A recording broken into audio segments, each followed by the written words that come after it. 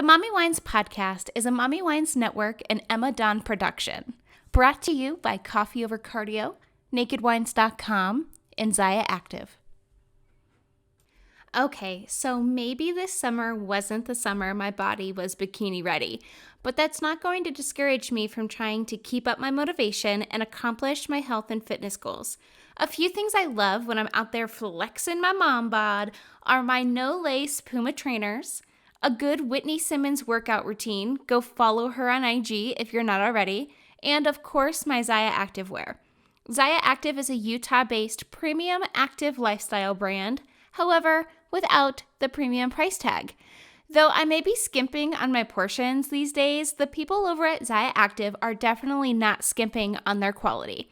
The light and tight leggings are ideal for any mom who's out there moving and a-groovin' with sweat-wicking moisture control, breathable, squat-proof, anti-odor, and compressive materials. Nothing beats Zaya Active. I feel instantly slimmer when I put on my light and tights, and the best part is they don't budge during my workouts or even busy days. So no tugging or wiggling or pulling them up. Zaya has something for the whole family with the growing and popular men's collection and new kids items. So go get cozy and shop the Fall into Fitness event at myzaya.com/Emma for a chance to win a pair of leggings. If you are interested in signing up to become a Zaya Active rep, either for the 25% discount or as a side hustle, go ahead and email mommywinespodcast@gmail.com. Or you can go ahead and shoot me a message on Instagram at Emma_Dawn.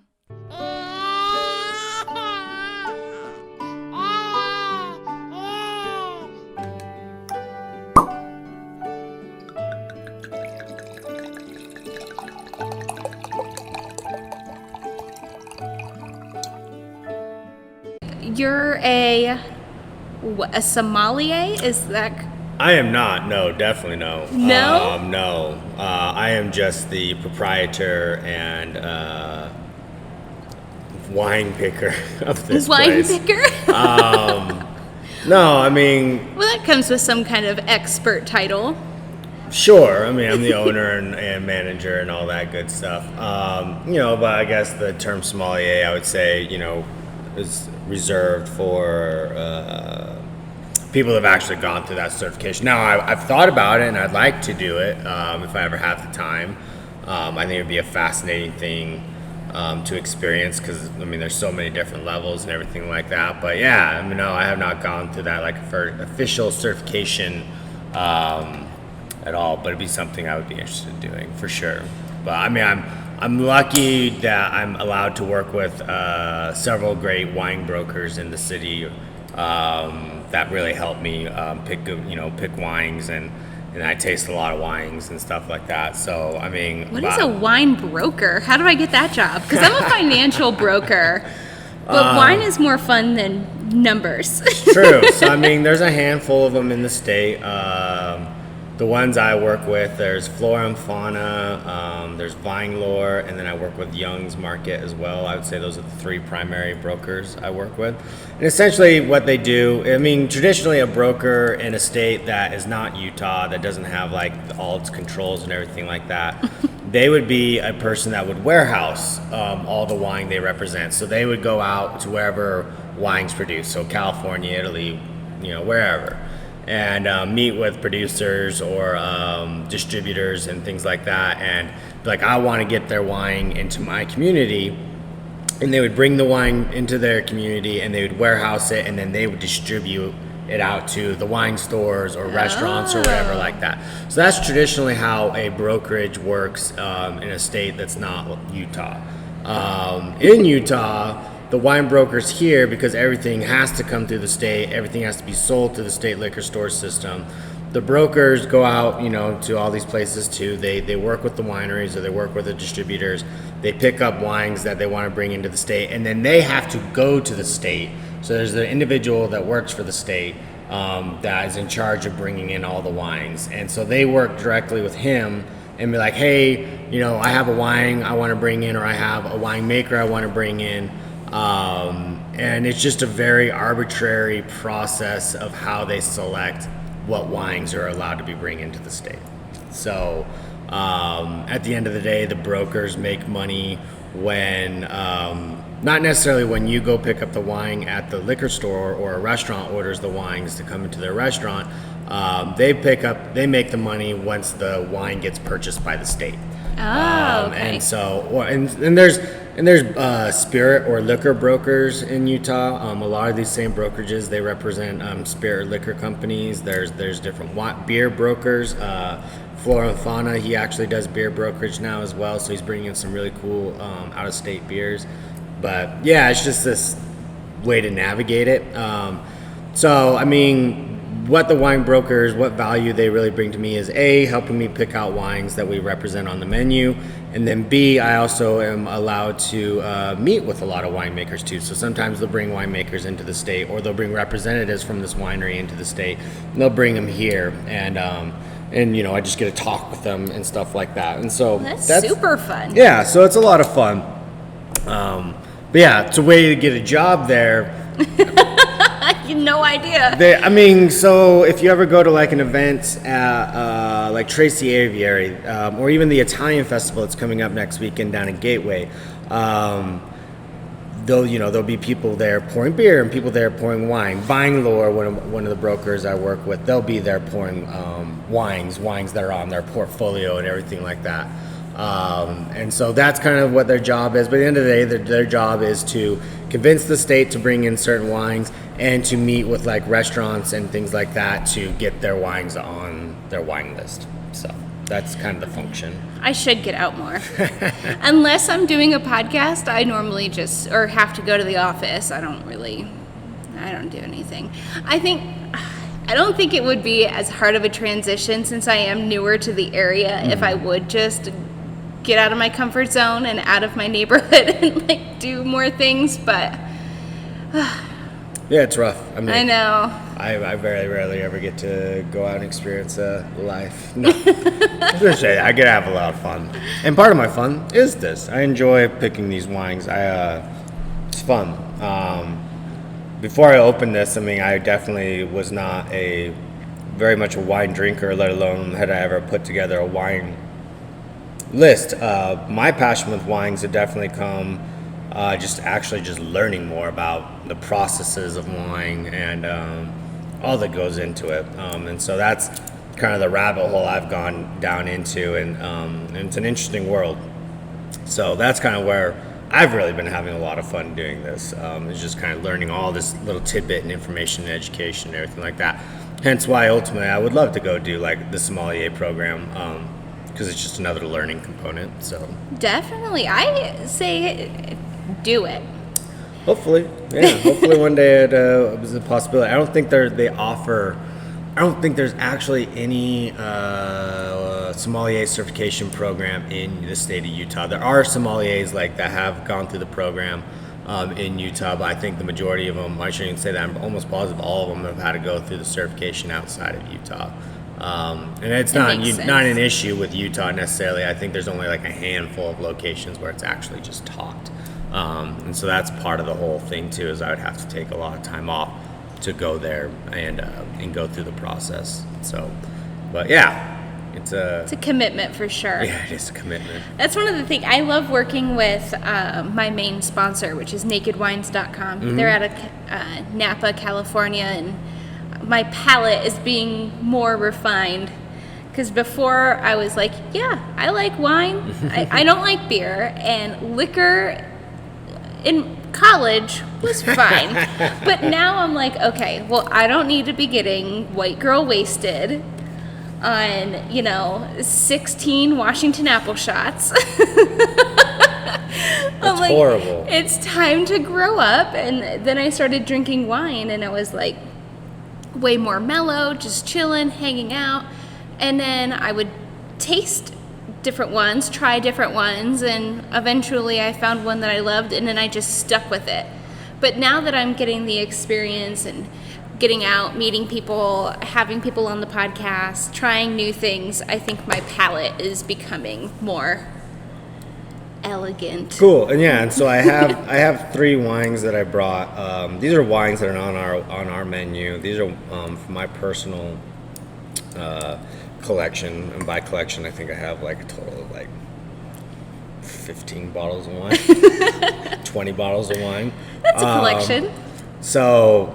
But they're all very different, and that's kind of why I chose these 3 wines. So, to kind of explain like what we do here at We Olive in regards to our wine bar is we focus solely on domestic wines. So these wines all come from California.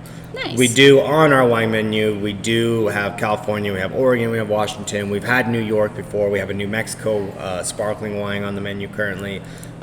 So we just try to focus on domestic wines. New Mexico, that's one I have not heard of yet. So it's called Gruet. It's a they primarily do sparkling wine, but it's really, really good though. Really? Yeah, it's really, really good. So they make tons of different sparkling wines. The sparkling rosé is what we currently have on the menu, and it's a very popular wine. We've had it on before, and it generally sells pretty good.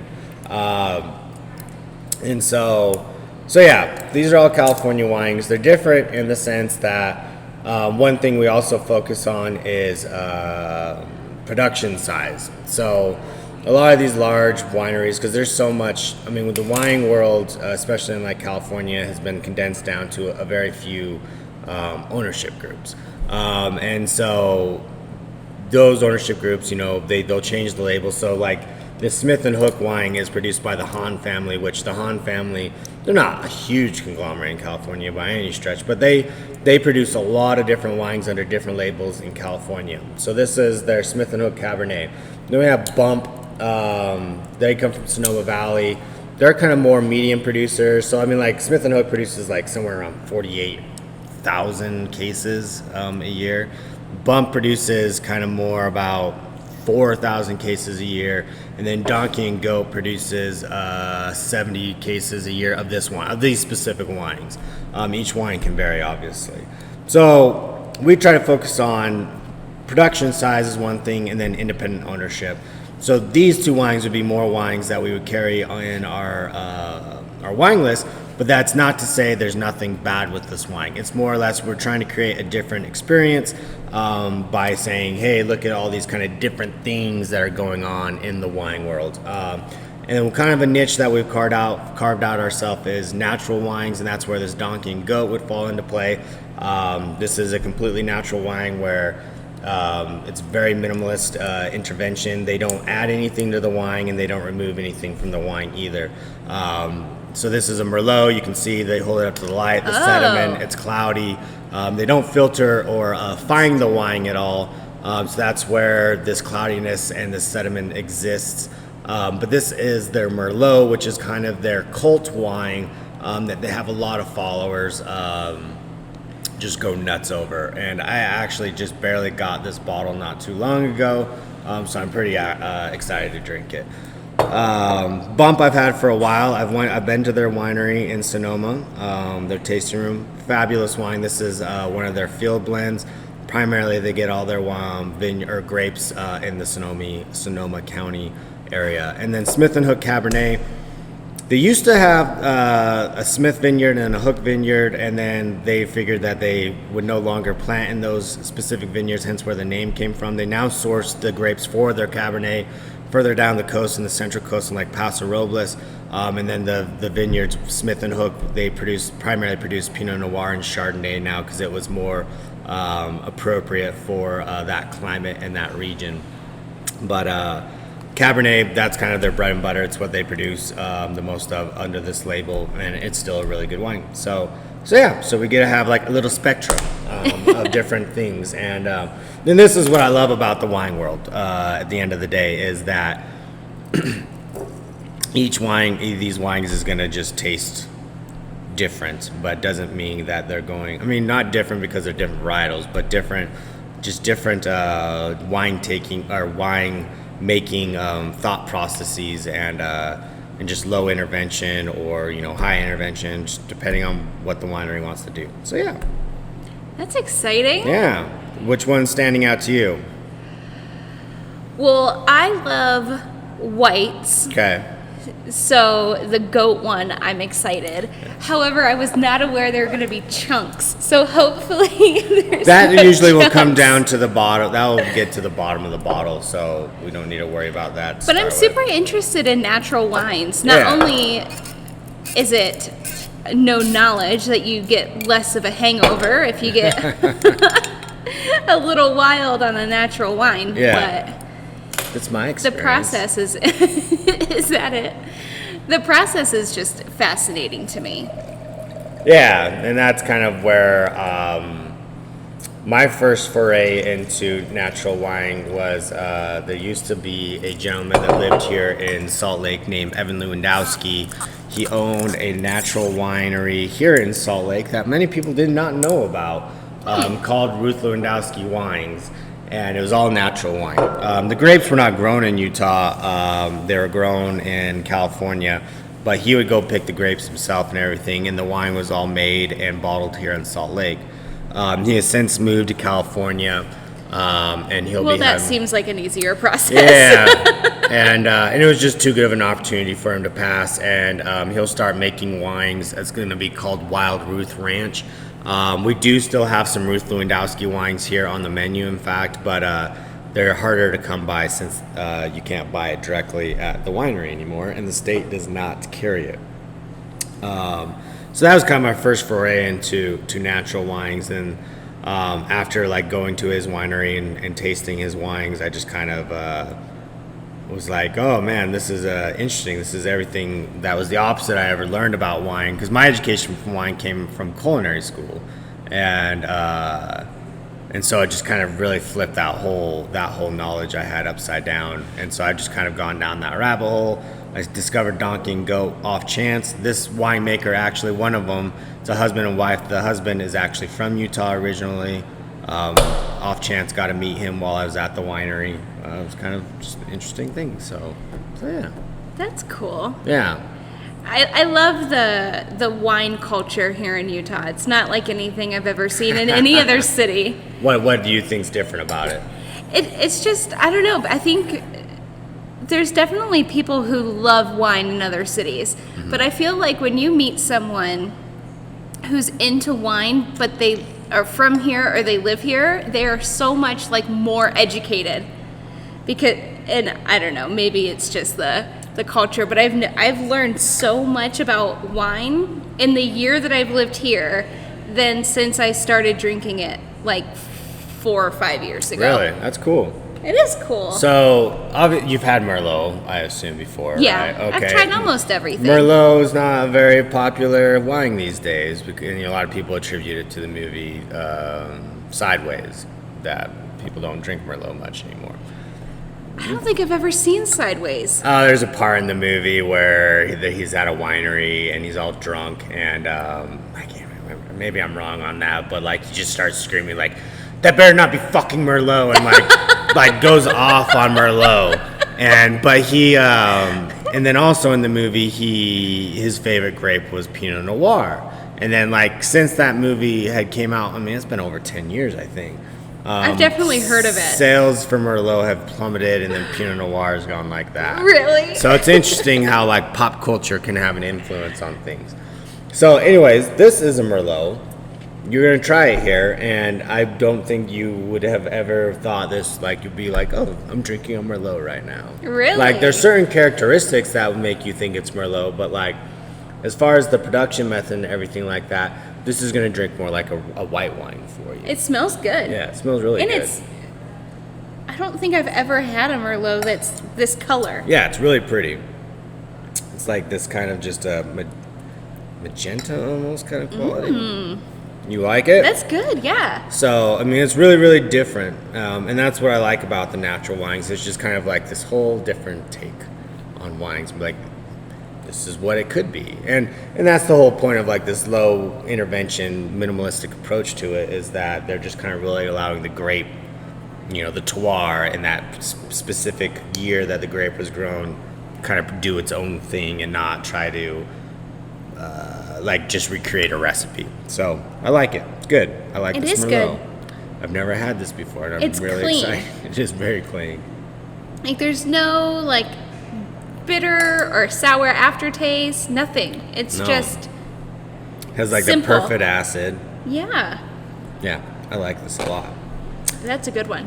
For So sure. we do carry a donkey and goat wine on our menu. It's a white blend of theirs that is also really, really good. But yeah, I'm stoked on this one.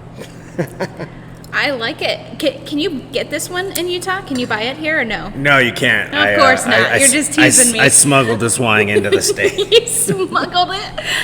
I broke the law like every other person that lives here. Well, cheers to that. Because so- once a month I spend 3 hours in my car. Yeah, I'm sure there are a lot of. I'm just not even sure. I know a lot of people that can relate to that. So I think almost everyone that drinks has done it Yeah. at least once. for sure. I used to drive back and forth all the time between Evanston and Salt Lake as a kid. Well, a kid, like a 21-year-old. Like, I'm gonna go get some sweet booze. Oh, in Wyoming? Yeah, yeah. Nice. Let's go get the keg. Those are my experiences. Oh, yeah. None of the liquor stores that I've been in, you can even get a keg. No, it's illegal. Oh, that's something I did not know. You can get. I mean, obviously, like if I had a draft system here, I could have kegs of beer, but no individual consumer can go anywhere to go buy a keg for themselves. I think the only place you can actually is Hill Air Force Base, and I'm not even 100% sure on that. It's always what I've heard, but I don't know if that's actually true. But it would make sense because that's not under the state jurisdiction; it's under the federal jurisdiction, and so. Yeah, I didn't even think about that until now when you're like, I'm going to go get a keg. Yeah. But I'm just thinking like back on my college days when I was 21, they were basically at every single frat party. And I'm just thinking, I'm like, there's like 1 million universities or colleges in this area and none of those kids are going to do a keg stand. Not a single one. And I feel like that is a rite of passage. It's true. You got to be 20, not 21. You have to be 20 if you're going to do a cake stand. It's just one of the things that you have to do when you're growing up and going through school. I actually don't think I ever did a keg stand. You got to do it. I'm trying to think back, and I really don't think I ever I did. think I passed a brewery, so Hey, would you mind? I know this is totally against the law, but would you mind if I go back there real quick and do a keg stand? It's on a checklist, bucket list. a bucket list. It has to be on your bucket list. They'd be like, sir, you've already been drinking too much. You gotta leave the premise. I got so lost trying to come here. Did you? Yeah, I actually love Trolley Square. I've only been here one time, but I love it. I think it's so cute, and I'm surprised that there's so many openings because this is probably the cutest area in all of Salt Lake. Oh, yeah, Trolley Square is awesome. City Creek sucks. I mean, I This grew, should be the City Creek. I essentially grew up within a 15-mile radius of Trolley Square. So my entire existence in Salt Lake is like a 15-mile radius around Trolley Square in either direction. And I mean, I lived in New York City for a while, but outside of living there, like I've lived in Salt Lake most of my life. And yeah, Trolley Square rocks. It's cute, like you said, yeah, for sure. It's super cute. You I know- bought a slut t-shirt here once. You bought a what? The SL, UT. I'm sure you bought it, what's it called? Some like gift shop. Cabin Fever. Yeah, maybe. It was Yeah. like some gift shop style little. They sell some good stuff. Yeah, that's awesome. So, no, I mean, I wish that there are more businesses coming here, actually. There's a Chinese restaurant that's opening next to us sooner or later. Trolley Wing Company. So, back in the day, that trolley that's right out the doors here used to be occupied what was called the Trolley Wing Company. One of the old owners, when they built the Whole Foods, had the trolley car taken out, moved Trolley Wing Company inside, and then got rid of the trolley car. And then Trolley Wing Company left. They opened up in Sugar House. They have their place in Sugar House that's really, really successful. And I think now they have a location in Midvale. But anyways, the current owner, when he decided to put the trolley car back in, Trolley Wing Company immediately came and was like, we want to go back in the trolley car. So there's a lot of people that are stoked on that. So what is it, like a buffalo wing? Yeah, just buffalo. Yeah, literally chicken wings. So it's like a food truck. Yeah. In a train car. Yeah, Oh, it just that's doesn't cute. move. Yeah, exactly. So they'll have a little patio out there. I think you'll be able to get beer and stuff too. Back when it was in the trolley car back in the day, it was, I think it was 21 and older. So yeah, so people are stoked on that. There's a few businesses inside that are opening soon. So there's a lot going on. But yeah, they're definitely would like to get some more. But thank you for letting everyone know that we're in Trolley Square. I failed to mention that. Yes, we are at We Olive in Trolley Square, Salt Lake City. So yeah, it's Trolley Square is a good point or a good place, and I'm glad you think it's cute and enjoy it here. So, I do. Good. But yeah, we've been here now for almost 3 years, so time goes by fast. How long have you guys been open? Like, did you have another location before you moved here? Well, so when we first opened, it'll be 3 years November. We had a temporary pop-up shop inside Trolley Square, and then we were there through the holiday season while the space that we're currently in was being built. And then we transitioned over here in February, like a little over 2.5 years ago, and opened up here that February. So in this space, we've been in here for a little over 2.5 years. In total, we've been open for almost 3 years, though. So, Nice. yeah. Is this the only one?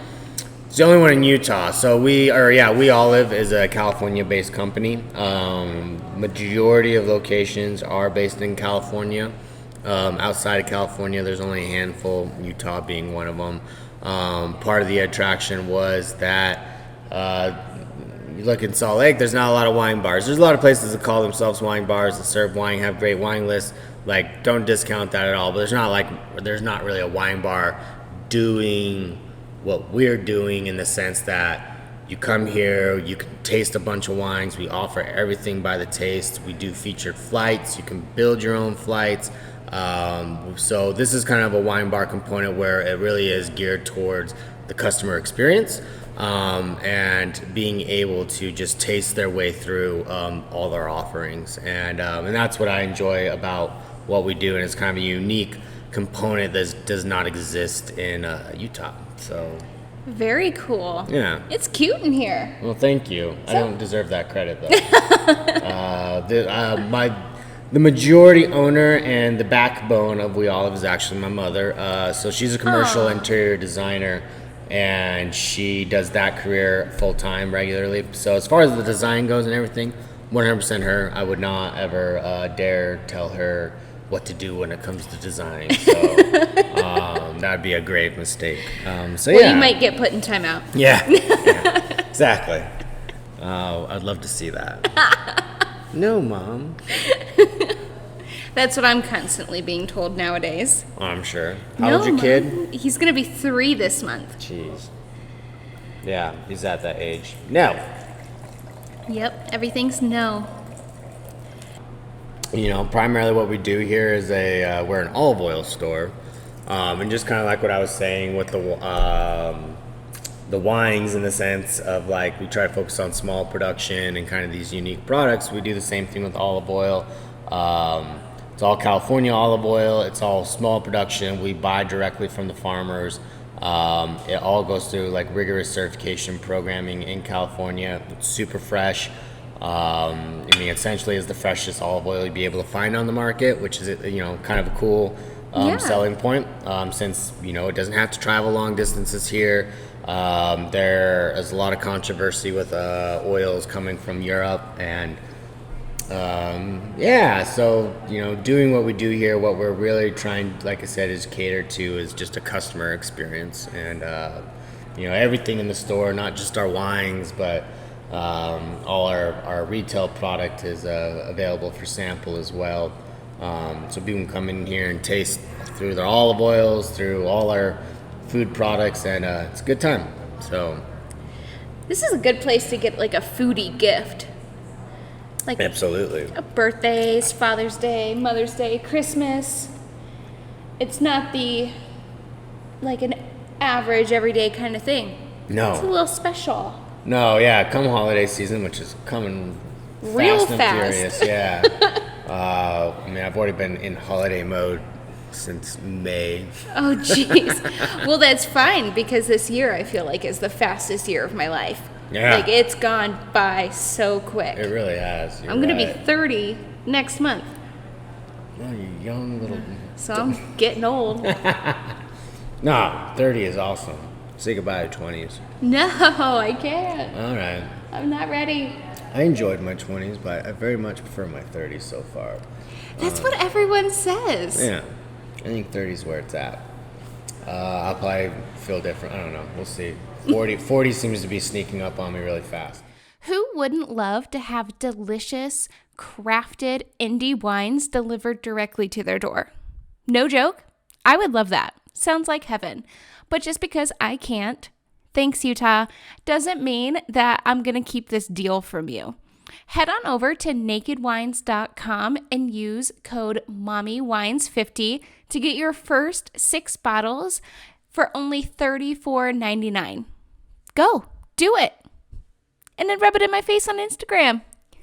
Tag me and Naked Wines and share the bottles that you got in your delivery on Instagram. Mommy Wines, 50, $34.99. Do it. Yeah, but you're absolutely right, though. Great foodie gifts, for sure. We got a lot of cool products. We carry a lot of local products. I'm looking at our Bloody Mary mix that we sell up front. It's made by a local company up in Ogden, and it's just phenomenal stuff. Since we brought it in, it's just been selling off the shelf like crazy.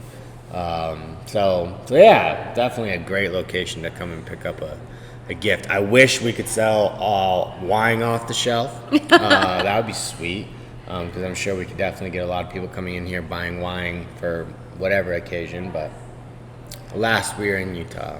Just have to get a gift card. Exactly. Make the person not be a lazy bum and come all the way down. Or up, depending on where you live.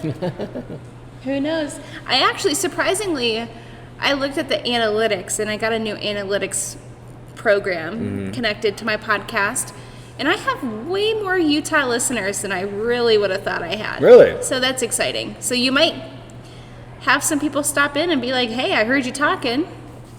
I thought I'd come on by. Does it tell you where in Utah they're listening? No, it just gives says me Utah. a count, yeah. Okay. But yeah, it used to only be broken down by country, Okay. and now it's broken down by like regions and states here in the U.S., so that's exciting. So how do you get the word out about yourself and your podcast and everything like that? I think one of the most powerful tools when it comes to marketing is a program called Tailwind. Okay. I use it. It's my Instagram and Pinterest scheduler. It's been amazing. I'm obsessed with it. And they have, you can connect links to like your Pinterest posts. Videos are now available on Pinterest.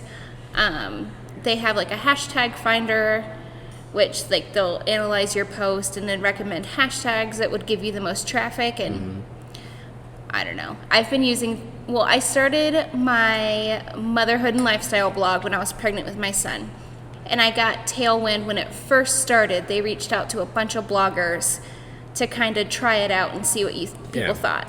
Test it in beta? Yeah. Sweet. And so I tried it when, and I used it as a marketing program for my blog, and then my blog exploded. And I did that solely as a job for a while when I was staying home with Milo. And then now I've just continued using it, and Tailwind keeps getting better and better. I recommend it to everybody. Brick and mortar, online, anything. So you get some of that sweet, sweet perk stuff because you're an early adopter too. Do they take good care of you? Sweet. They do. Good. Good.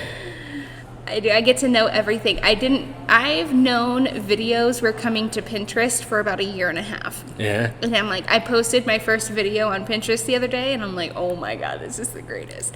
Because as a blogger, and it's one of the reasons why I actually started my podcast, is people were like, oh, you should start a YouTube channel. And I'm like, okay, I tried it, but I am not somebody who needs to be like in front of the camera. I was very uncomfortable, and I had to edit those videos.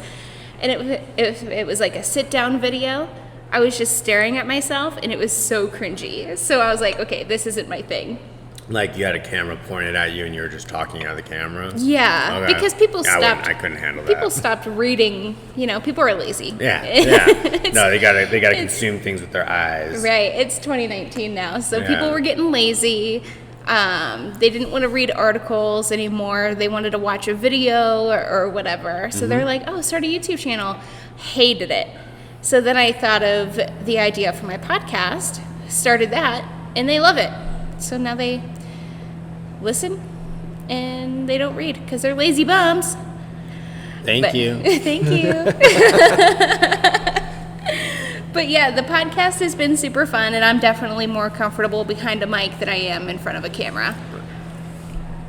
I hear you. I don't like the camera either. Freaks me out. It's weird too, because I'm one of those like people on social media that like the moms everybody hates, the one that posts like a million pictures of her kid and like nothing else. That is my Instagram. It's 500 pictures of my kid because he's so cute. He's way cuter than me. I'm like, you guys would rather see Milo, I'm sure, than a selfie picture of me. Well, just thank God that there's someone posting stuff on Instagram that like actually means something to him other than like holding up a popsicle. Be like, check out this popsicle I bought at Lagoon. Cool. That makes me want to go to Lagoon now. Oh, I've been to Lagoon, and it is a terrifying place. I went to Lagoon for a friend's bachelor party a few weeks ago. What? Yeah. It was random. a riot. No, it was very random. It was all completely nostalgia because it was something as teenagers, this group of friends we used to do for each other's birthdays. Well, not really my birthday because I have a winter birthday, but the summer and fall birthdays, we always seem to go to the Lagoon, just get stupid drunk and ride a bunch of rides. So a buddy of mine is getting married in Colorado next month, and we did a bachelor party for him. Or like, a lot of my friends now have kids, and like one just went back to law school, and so like trying to get everyone on the same page to go do something, or like this is just turning into a logistical nightmare. So we decided, let's just fly our friend back from Colorado to here and go to Lagoon. So we texted him and was like, yo, you want to do this? And he's like, fuck yeah, I do. He was all about it. It was a great time. It was just, there was supposed to be more of us, but it ended up only being 4 of us, which is actually perfect since, everything rides in twos and everything like that. And so, just drank a bunch of alcohol, went on a bunch of rides, and it was a good time. Yeah. I feel like if I were to ever go back to Lagoon, which I'm going to cross my fingers and hope that I never do, because it's a terrifying experience, I would have to be drunk.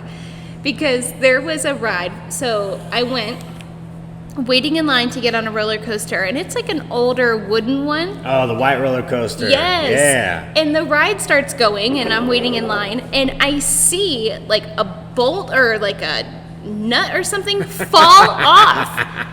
And I am like, I'm not getting on. And it was my boyfriend at the time. We recently just broke up. But I'm sorry. It's okay. Well, we were there, and I'm like, I'm not getting on this ride. I'm going to die. And he's like, it's fine. It's been around for like, I don't know, 100 years. Yeah, it's the oldest and I'm like, well, that's not comforting. That's more of a reason to not ride this. If it's been around for 100 years. And I ended up riding it, and I obviously survived, so there's that. Cheers.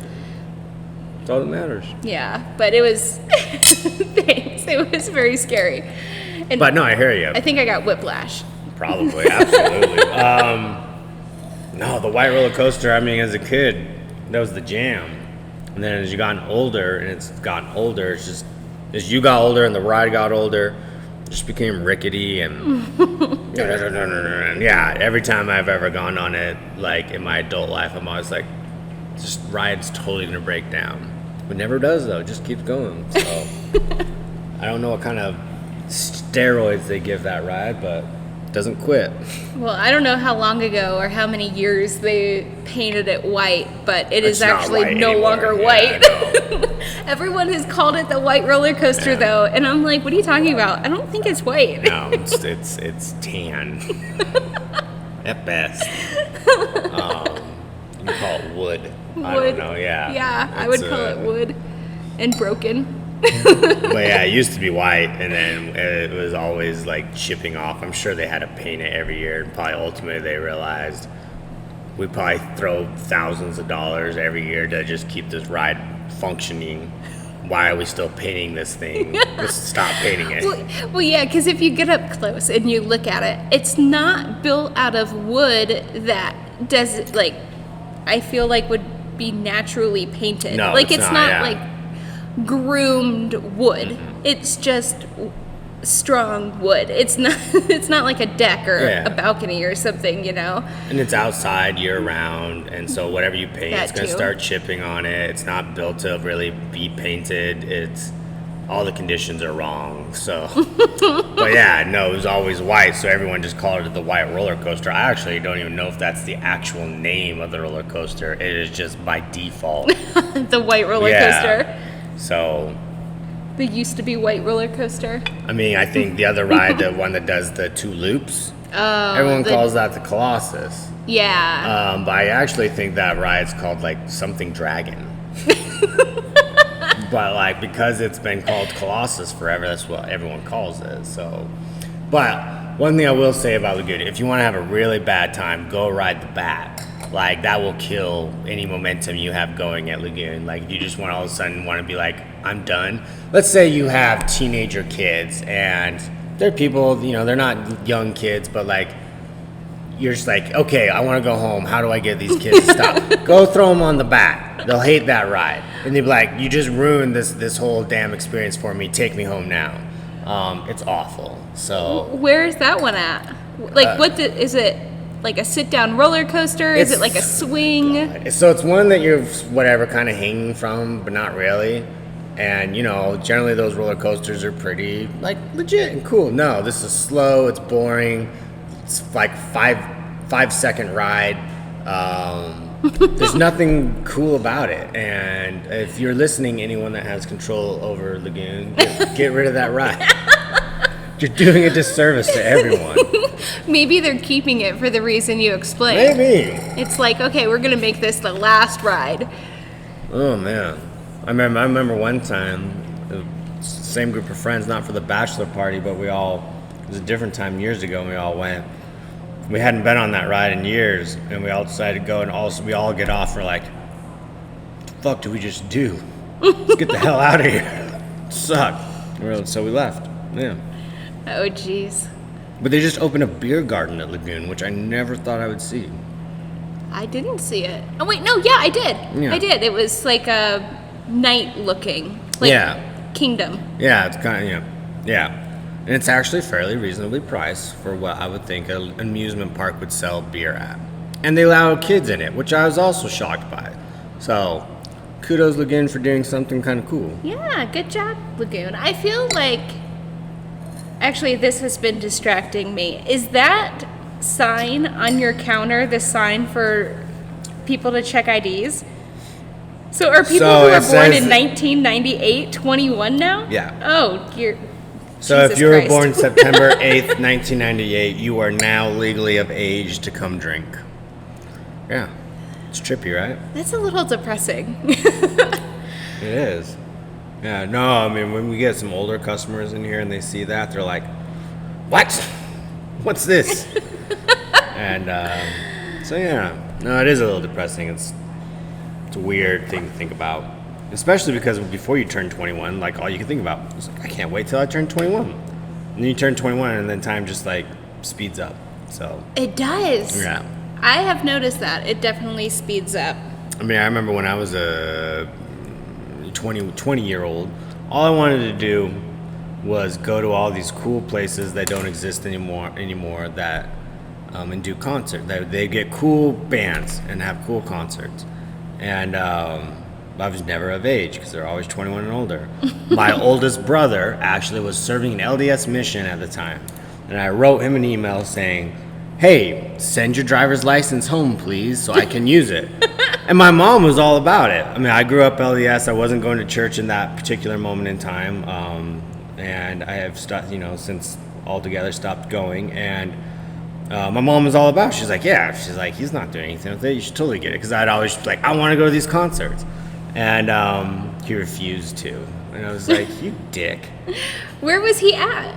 Was it somewhere super far away? No, he was in Spokane, Washington. So I mean, freaking the first year of his mission, I'd get a phone call from him from once a month. And back then, it was you would get only allowed like 2 calls a year to call home. And generally everyone would be Mother's Day and Christmas. Yeah. And so that was the rule. They've changed it now. It's a completely different rule now.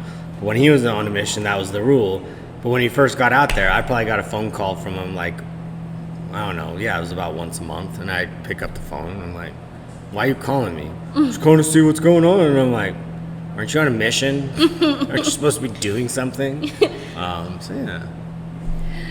I cannot wrap my head around this mission thing. I am so afraid of raising my son here because what if they get into his head and then he goes to some crazy country and is not allowed to like call or whatever? Well, that's changed. My grandpa didn't even let me go to Daytona Beach on spring break. There's no way I'm gonna let my 18-year-old little baby go to some random country somewhere and like start talking to strangers. Stranger danger. I hear ya. They're protected though. They are. And it's changed now. You're actually allowed to call home, I think once a month or something like that. You can actually use Skype now and stuff like that. Oh, jeez. So it's changed. I don't even remember what the rule is now, but yeah, I mean, the mission, it's appealing. It's appealing in the sense of like going 2 years of just helping people, but like converting people to a religion, that doesn't sound attractive. So I'll join the Peace Corps at that point. Yeah, go and like build a hospital or something. There you go. I 100% agree. Leave people in their homes alone. So that just scares me. I'm sure Milo will be fine. I'm sure he'll dodge that. Well, yeah, I don't think he's gonna go. His grandma, though, is, like, she's real into it. She, like, teaches kids, like, Sunday school and everything, but, like, she's 6 hours away, or 4. However far is Bryce. Does she listen to this podcast? No. Okay. Just like, maybe we should know. No, she doesn't listen. All right. If she wants to listen to me drunk, I'll just answer her phone calls. Sorry, Grandma. No, she's a busy lady, though. She has things going on. I have not finished this. Take your time. I know, right? Well, okay, so let's go ahead and get into confessions, because my confession...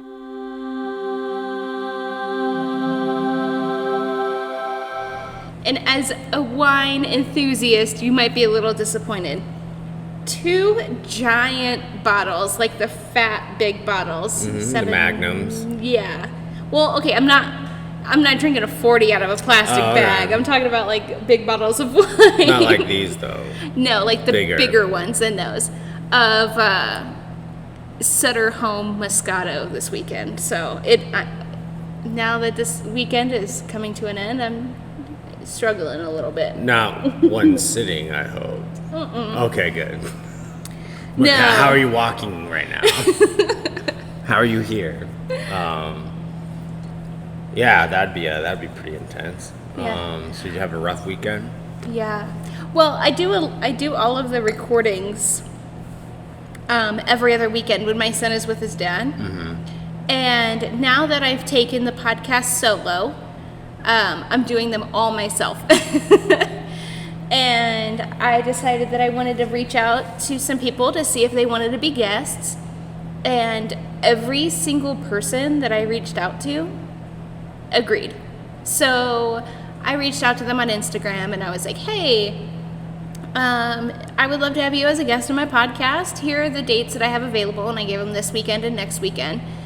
And everyone said they wanted to do it either this weekend or next weekend. So this is my 6th podcast this weekend. And That's a lot. I know.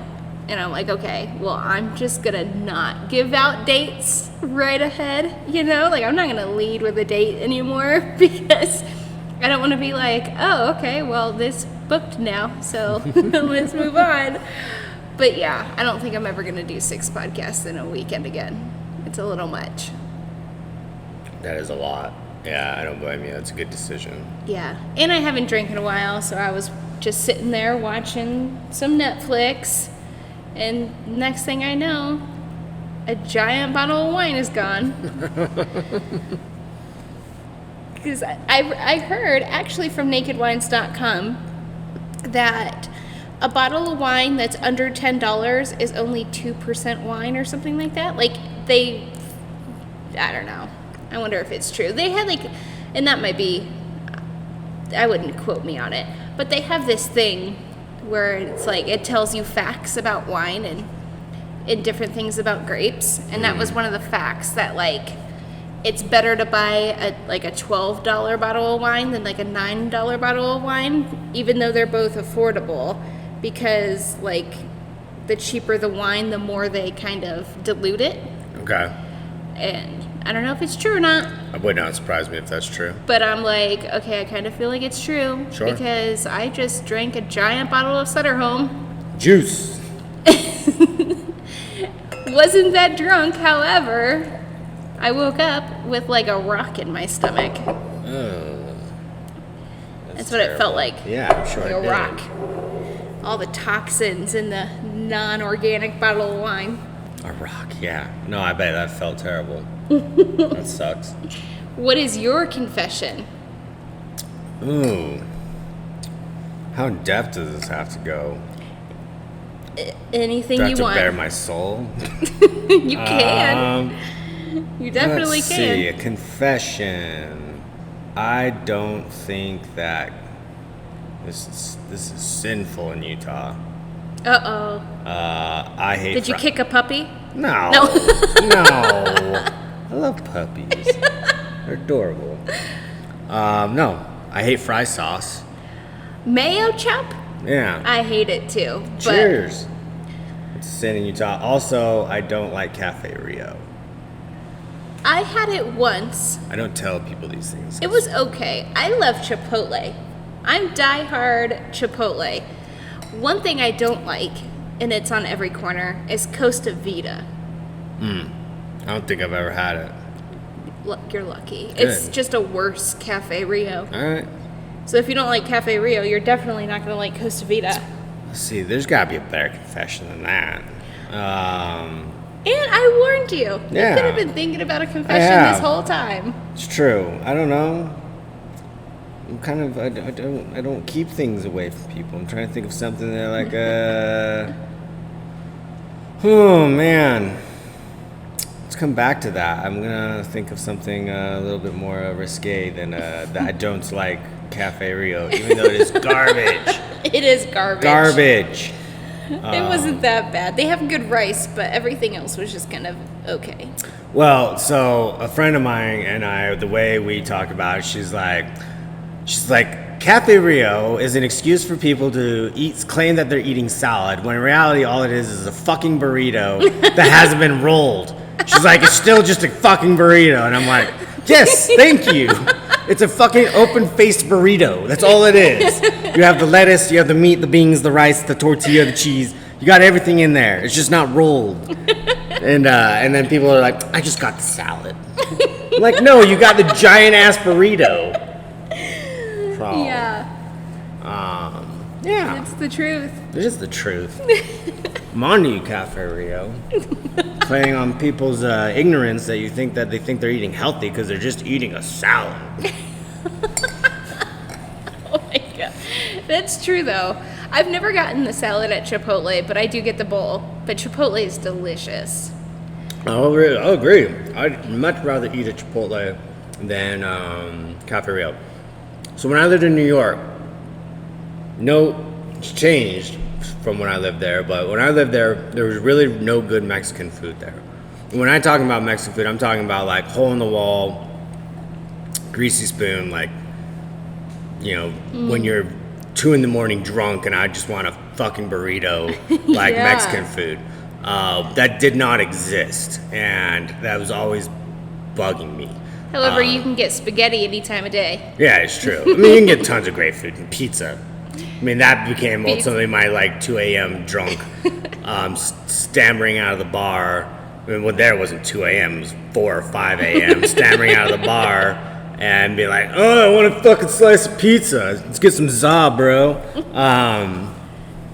So, anyways, though, there was no real good Mexican food like that. Outside of there was like fine dining Mexican food, which was really, really good. The few that I had, but like it's expensive. Yeah. You gotta eat cheap Mexican food. Yeah, exactly. And the best thing I could find was a Chipotle, and Chipotle didn't exist in Utah at that time. It was still, I think, primarily just an East Coast thing. And there was a Chipotle by my apartment in Brooklyn, and I'd walk there when I wanted. I mean, it wouldn't be open at 2 a.m. It wasn't any place I could go to after the bar. But if ever I was just like, I just want some shitty ass, dirty ass Mexican food. There we go. Let's go to Chipotle. So yes, I am 100% agree with you. I'd much rather eat Chipotle than Cafe Rio. No. Well, now that I'm over here, for some reason, I don't know if there's Chipotles on the west side of Salt Lake, Probably not. which is very disappointing. But now that I had to come all the way up here, I'm gonna see if I can find one on my way home. One right over here. Really? Yeah. I'm never over on this side of the neighborhood. 4 south and just a little bit east off 700 east. It's it's right kind of by Hires Big H on 400 south right there. Oh, okay. Yeah. I'm gonna have to get some Chipotle. So It'll be good. there's one close by, and I think there might even be one downtown on Main Street. I don't know, but I definitely know there's that one over there. I'm not obsessed with Chipotle, okay? No, It's okay if you are. It's a reasonable obsession. Well, also, so I am another reason why I like natural wine is I am vegan in my personal life, and so there are things that can go into conventional wines that make wines, a lot of traditional wines, not vegan. Really? Like what? So there's a technique they use to like kind of clarify the wine. It's called fining. So like, you see this bottle of the Merlot and it's cloudy and it has that sediment and everything like that. Right. Whereas you look at this bottle, this red blend, even though it's in a darker bottle, you don't really see any of that kind of stuff. You hold it up close to the light. Oh, yeah. So the fining is a technique that like pulls out all those kind of impurities. And what they do to fine wines is they either use egg whites or they use fish bladder. And so those are kind of the ways that they will clarify a wine. So yeah. That's gross. So- I'm gonna go natural now.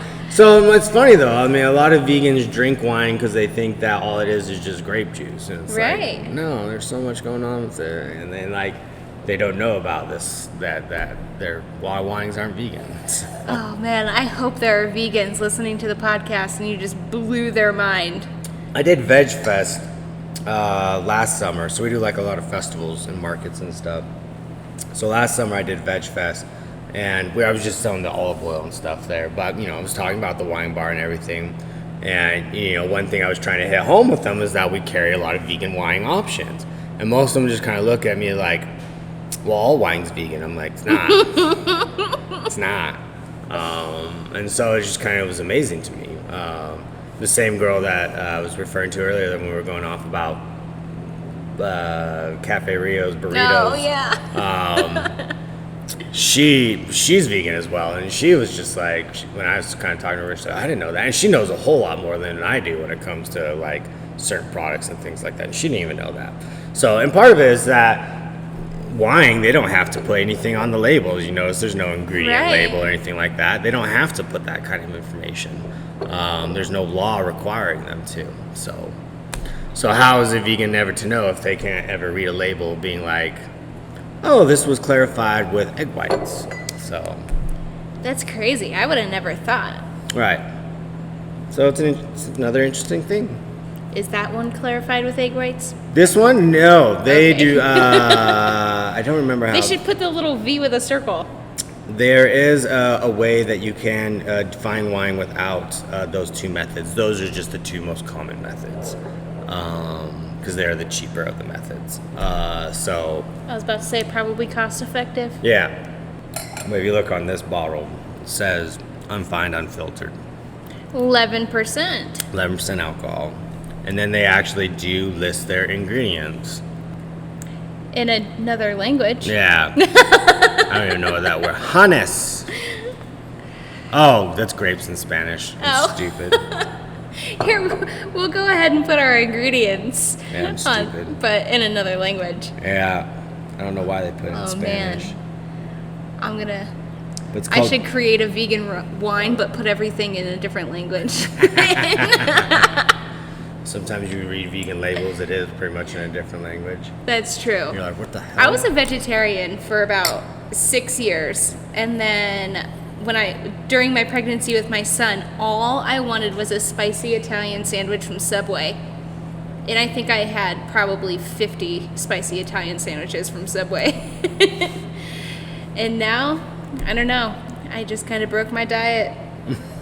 But It's probably a good thing. now I eat meat again.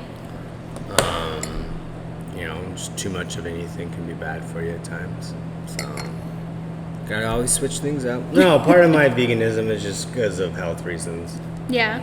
I had gotten sick several years ago and just all sorts of terrible stomach issues. So yeah. So becoming vegan helped that tremendously. I know a lot of people who do it based on just dietary restrictions. Also, if anybody's like lactose intolerant, they'll mostly just turn. Because what's the point of eating meat if you can't have cheese? Agreed. I would give up meat way before I would give up cheese. I'll be honest with you, cheese is the one thing I have the hardest time with. Yeah. Because vegan cheese sucks. Oh, it's trash. I have a friend that's been introducing me into some really good vegan cheese lately, but for the most part, yeah, it sucks. It's garbage. Cheese is just, I love cheese. So, sue me. Sue me. Yeah. I hear you. Well, did you think of another confession? Or are you going to stick with the mayo chip? Alright. Here's a confession. Not many people know this about me. As you may have guessed already, I already kind of disclosed that I grew up Mormon in this grand state of ours of Utah. Yeah. I love Utah. I really, really do. It's why I've been here this whole time. It's an interesting place to live. It is. So the confession I have that the majority of my family doesn't even know is that I've actually have had my name withdrawn from the church, which is a whole process that I think a lot of members don't know about. And if you do have people on your podcast that have always been curious about that, it's pretty easy. Take advantage of it. So what do? You get to keep your 10% now? No. I mean, you always can keep your 10%. I mean, I stopped paying tithing when I was 15, 16. No, you just write a letter and explain why. I mean, I wrote a letter. I got a letter back in the mail saying that they're actually referring to the matter to the bishop at the ward that I was zoned for. Which is funny because it was the ward I actually primarily grew up going to. Because I live pretty much in the same neighborhood. And the bishop there now is one of my old young men leaders when I was a kid. I was like, damn it! No! Why did you do this to me? And then literally 2 days later, I got another letter in the mail. And they're like, your request has been granted, thank you. Literally, that's pretty much all it said. And I was like, sweet. So, but yeah, that's something my family doesn't know about me. Well, they might know now They're listening. They might. Well, part of the reason I've kind of kept it from my family all this time is that my 95-year-old grandmother, who is devout and definitely believes in the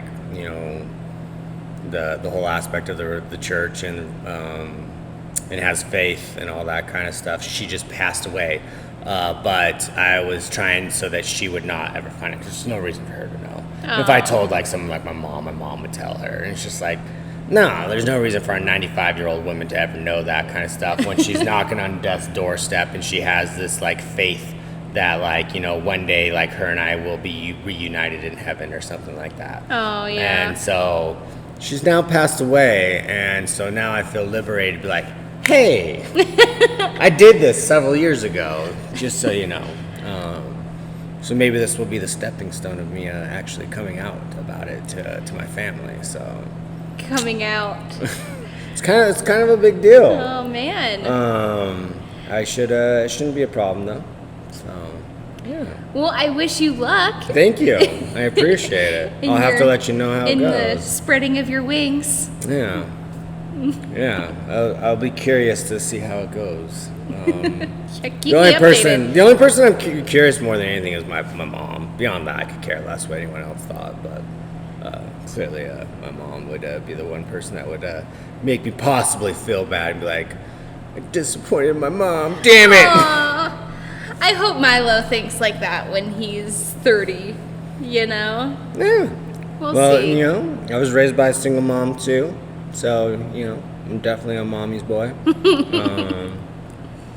I admit it proudly. My mom's a strong, independent, hardworking individual. So I will gladly declare that I am her son and I'm a mama's boy. So because she's a badass. So She's a badass. she is a badass. Her and I are very, very similar. So we bump heads quite a bit.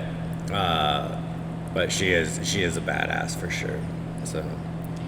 Well, she did design this beautiful establishment. Yeah, thank you. So go ahead and share where people can find you and We Olive, and do you have social media, Yeah. website? So we are located in historical Trolley Square in Salt Lake City, Utah. We are on the back end of the Whole Foods building in Trolley Square.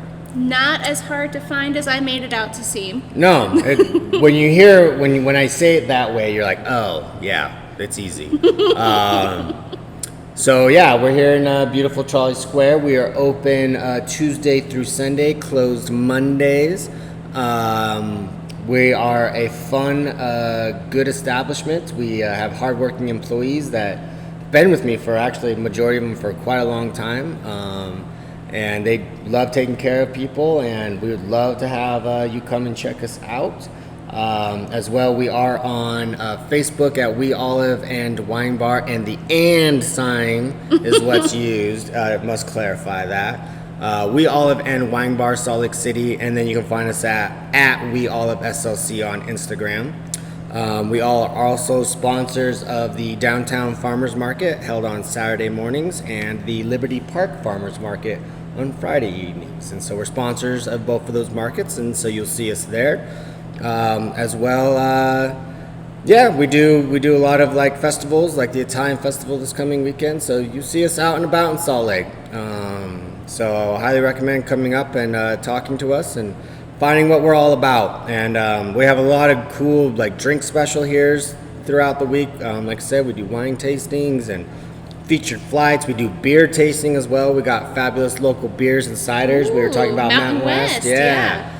So we were talking about Mountain West cider earlier, and if you don't know about them, you definitely should get on that train. They're great. They sell a great product, and it's ran by just wonderful individuals. And so yeah, come visit us and find out what we're all about. It's exciting. And you can also find their information in the guest highlight on my Instagram, Sweet. Mommy Wines Podcast. I'll make a little promotional post for you guys. Thank you. Appreciate it. Yeah, and for all those people that are listening that are not from Utah or Salt Lake and are curious, you can visit our website at weolive.com /Salt Lake City, or if you just Google We Olive Salt Lake City, you can find out about our olive oils. You can actually buy them online as well, and find out about the wine bar. And if you ever make a trip to Salt Lake, we'd love to have you come in. We love having out-of-towners. It's a good time. I know, it's almost Utah's tourist season. It is. It's Which coming is right so up. weird because Yeah. they do it in the middle of winter. But Well, Salt Lake's tourist season. It's Southern Utah, their tourist season's ending now. oh yeah, it is Because of all the ending. national parks. But yeah, it's weird how those That means I'm dynamics gonna- switch. Yeah. That means I'm gonna start having guests at my house because all the people in Southern Utah are gonna be off work for the winter. There you go. But it was great having you. I loved our conversation. And everybody go share this episode, give it a like, make sure to rate and review, and I'll see you next time. Have you tried coffee over cardio yet? If not, I don't think we can be friends. No, I'm just kidding. But seriously, if you haven't tried it, I don't know what you're waiting for. I have been seeing reviews blowing up all over my social media feed. Roasted to order, for females, by females, 100% Arabica coffee. Win, win, win. Not only will you find the most adorable packages of coffee when you click the link below, but they have tumblers ideal for girls on the go, espresso fit member only exclusive workouts that you can do from anywhere, and a cozy clothing line ideal for a basic bee like me. With fresh roasted flavors like messy bun and birthday cake, this is a coffee lover's dream come true. Go ahead and click the link to check out Coffee Over Cardio today, and don't forget to use coupon code 10EMMADAWN. If you enjoyed this episode and want to listen to more podcasts brought to you by the Mommy Wines Network, go check out themommywines.com and make sure to subscribe to our email newsletter. More projects are coming soon, and by subscribing, you'll be the first to know when they are released. Did you know that we have a Facebook group? Head over to Facebook and join for fun contests, giveaways, special deals, events, and more. A special thanks to our sponsors, Coffee Over Cardio and Anchor. And don't forget to leave a rating and review wherever you listen to your favorite podcasts. Until next Wine Wednesday, Mamas, parent and drink responsibly.